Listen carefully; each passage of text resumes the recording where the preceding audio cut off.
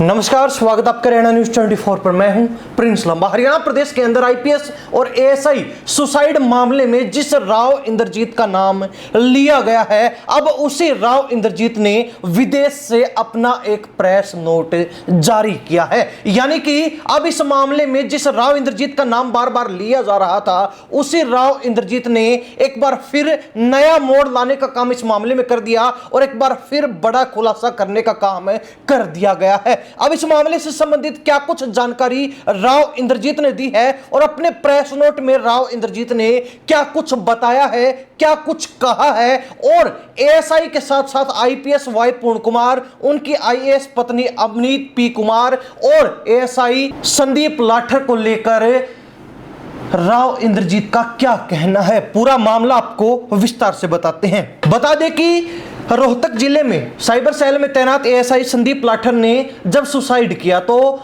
मरने से पहले उन्होंने एक सुसाइड नोट छोड़ा और साथ ही एक वीडियो बनाया जिसमें एक डील का नाम लिया गया था, जिक्र किया गया था, राव इंद्रजीत का नाम लिया गया था। शुरुआत में तो कयास लगने शुरू हुए कि ये राव इंद्रजीत सिंह केंद्रीय मंत्री राव इंद्रजीत सिंह है, जो गुरुग्राम से सांसद भी है और बीजेपी के नेता भी है, जिनकी बेटी हरियाणा सरकार में मंत्री भी है। लेकिन उसके बाद यह स्पष्ट हुआ और असमंजस की स्थिति दूर हुई कि राव इंद्रजीत सिंह केंद्रीय मंत्री नहीं, बल्कि ये Rao Inderjit Singh music company Gems Tunes के मालिक राव इंद्रजीत हैं। हालांकि ये राव इंद्रजीत केंद्रीय मंत्री राव इंद्रजीत सिंह के करीबी माने जाते हैं, खास लोगों में माने जाते हैं, लेकिन ये राव इंद्रजीत उस राव इंद्रजीत सिंह से अलग हैं। तो ऐसे में कहीं ना कहीं अब इस म्यूजिक कंपनी के मालिक राव इंद्रजीत ने क्या कुछ बड़ी बातें कही हैं, क्या कुछ बड़ा खुलासा किया है, वो आपको बता देते हैं। जो कि फिलहाल विदेश में बैठे हैं और उन्होंने इस पूरे घटनाक्रम को, पूरे मामले को एक पुलिस की साजिश बताया है। भास्कर से बातचीत में राव इंद्रजीत सिंह ने क्या कुछ कहा है, सारी जानकारी आपको देते हैं। उनका कहना है कि वो जनवरी में ही विदेश चले गए थे। उसने कहा कि 20 जनवरी को उसके घर इनकम टैक्स की रेड हुई थी, जिसमें 50 से अधिक पुलिस वाले शामिल थे।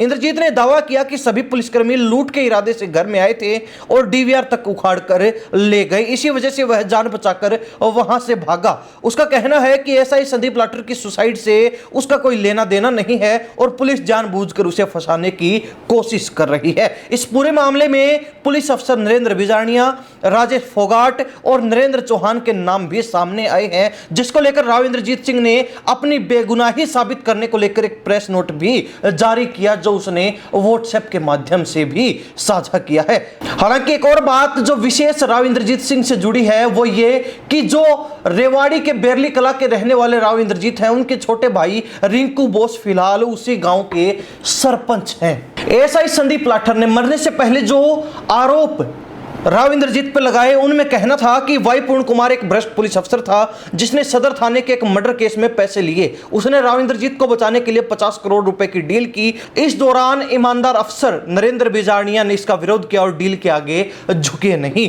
लेकिन अब राव इंद्रजीत जो जेम्स ट्यून्स कंपनी के मालिक हैं, जिनको लेकर पिछले वीडियो में हमने ये भी बताया था कि वो कहां के रहने वाले हैं, क्या करते हैं, क्या उनकी पूरी प्रोफाइल है, क्या उनका बैकग्राउंड है। लेकिन अब जो प्रेस नोट उन्होंने जारी किया, उस पर नजर डाली जाए तो काफी नई बातें जानने को मिलेंगी। राव इंद्रजीत ने अपने प्रेस नोट में लिखा है कि मैं स्पष्ट रूप से कहना चाहता हूं, मेरे विरुद्ध लगाए गए सभी आरोप पूरी तरह निराधार, मनगढ़ंत और बेबुनियाद है। मैं कानून और न्याय व्यवस्था में पूर्ण विश्वास रखता हूं और संबंधित प्राधिकरणों को हर स्तर पर पूरा सहयोग देने के लिए प्रतिबद्ध हूं। मेरा किसी भी प्रकार के अपराध, षड्यंत्र या किसी आपराधिक गतिविधि से कोई लेना देना नहीं है। दुर्भाग्यवश कुछ व्यक्ति और समूह जिनका पुलिस अधिकारियों और फाइनेंसरों के साथ गहरा गठजोड़ है, मेरे नाम और प्रतिष्ठा को धूमिल करने की सुनियोजित साजिश रच रहे हैं। आगे राव इंद्रजीत लिखते हैं कि मैं पहले भी कई बार वरिष्ठ अधिकारियों, विशेषकर डीजी साहब को लिखित शिकायतें दे चुका हूं, जिनमें बताया गया था कि कुछ पुलिस अधिकारी अपराधियों और फाइनेंसरों के साथ मिलकर अवैध गठजोड़ चला रहे हैं। इन शिकायतों पर कोई ठोस कार्रवाई नहीं हुई, उल्टा उन्हीं प्रभावशाली तत्वों के दबाव में मुझे 4-5 झूठे मुकदमों में फंसाने की कोशिश की गई। इन मामलों में मेरा कोई प्रत्यक्ष या अप्रत्यक्ष संबंध नहीं है। आगे राव इंद्रजीत सिंह कहते हैं कि इस गठजोड़ के चलते न केवल मुझे बल्कि मेरे परिवार के जान को भी खतरा है। इन लोगों ने मुझे कई बार प्रत्यक्ष और परोक्ष रूप से धमकियां दी हैं। मैंने हर बार इसकी शिकायत संबंधित अधिकारियों से की, लेकिन जब वरिष्ठ अधिकारी ही इस गठजोड़ का हिस्सा हो तो न्याय की उम्मीद किससे की जाए। मुझे दिवंगत आईजी पूर्ण सिंह जी और एएसआई संदीप कुमार की आत्महत्या की घटनाओं का गहरा दुख है, लेकिन मेरा इससे कोई लेना देना नहीं है। आगे राव इंद्रजीत ने अपने प्रेस नोट में बताया कि एक गंभीर प्रश्न यह है कि आईजी साहब की आत्महत्या के बाद ऐसा क्या दबाव संदीप कुमार पर पड़ा कि उन्हें भी आत्महत्या करनी पड़ी और उन्होंने अपने अंतिम वक्तव्य में मेरा ही नाम क्यों लिया। यह एक बहुत बड़ी साजिश का हिस्सा प्रतीत होता है जो किसी को बचाने और कुछ सच्चाइयों को दबाने की कोशिश है। इंद्रजीत ने निष्पक्ष जांच की मांग उठाते हुए लिखा कि मैं जांच एजेंसियों से अनुरोध करता हूं कि इस पूरे मामले की निष्पक्ष, उच्च स्तरीय और स्वतंत्र जांच करवाई जाए। आगे इंद्रजीत का कहना है कि मुझे पूर्ण विश्वास है हरियाणा के मुख्यमंत्री नायब सैनी जी इस मामले में हस्तक्षेप करेंगे। डीजीपी ओपी सिंह जी भी इस प्रकरण की जांच डिस्ट्रिक्ट पुलिस के बजाय विजिलेंस, सीआईडी या सीबीआई जैसी स्वतंत्र एजेंसी से करवाएंगे ताकि बिना किसी प्रभाव के निष्पक्ष जांच हो सके। मैं इस विषय पर मुख्यमंत्री एवं डीजीपी साहब को औपचारिक रूप से पत्र भी भेजूंगा या फिर भेजने वाला हूं। अब आपको बता दें कि ये जो राव इंद्रजीत सिंह है, जिनका नाम एएसआई संदीप लाठर ने अपने सुसाइड से पहले लिया और आईजी वाई पूर्ण के साथ 50 करोड़ की डील भी बताई, उसका भी जिक्र किया। तो ये कोई पहला मामला नहीं है जिसमें राव इंद्रजीत का नाम उछला हो। इससे पहले भी कुछ मामलों में इनका नाम उछलकर सामने आया था।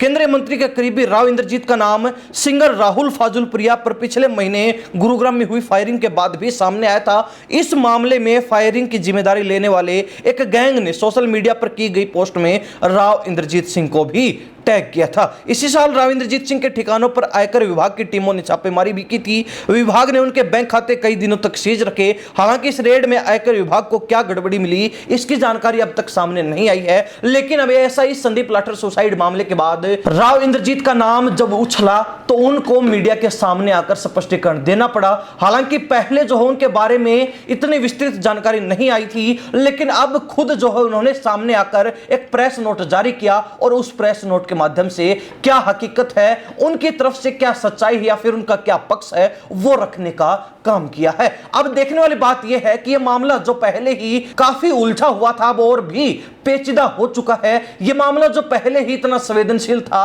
अब और भी तनावपूर्ण हो चुका है, क्योंकि नए नए लोगों के नाम सामने आने के बाद इस मामले में नए मोड़ आते जा रहे हैं। नई जो है किताबें, नई जो है फाइलें इस मामले की खुलती जा रही हैं। अब यह मामला कहां जाकर रुकेगा, कौन इस मामले में दोषी मिलेगा और इस मामले की तह तक पहुंचने के बाद क्या सच्चाई सामने निकल कर आएगी, यह जांच का विषय है जो कि फिलहाल सुचारू रूप से चल रही है। लेकिन हरियाणा प्रदेश की जनता इस मामले में क्या सच्चाई देख रही है, आपके नजरिए से इस मामले में क्या कुछ निकलकर सामने आ सकता है, कमेंट के माध्यम से जरूर लिखिए। इन्हीं सब बातों के साथ मैं प्रिंस लांबा, हरियाणा न्यूज़ 24। नमस्कार, जय हिंद।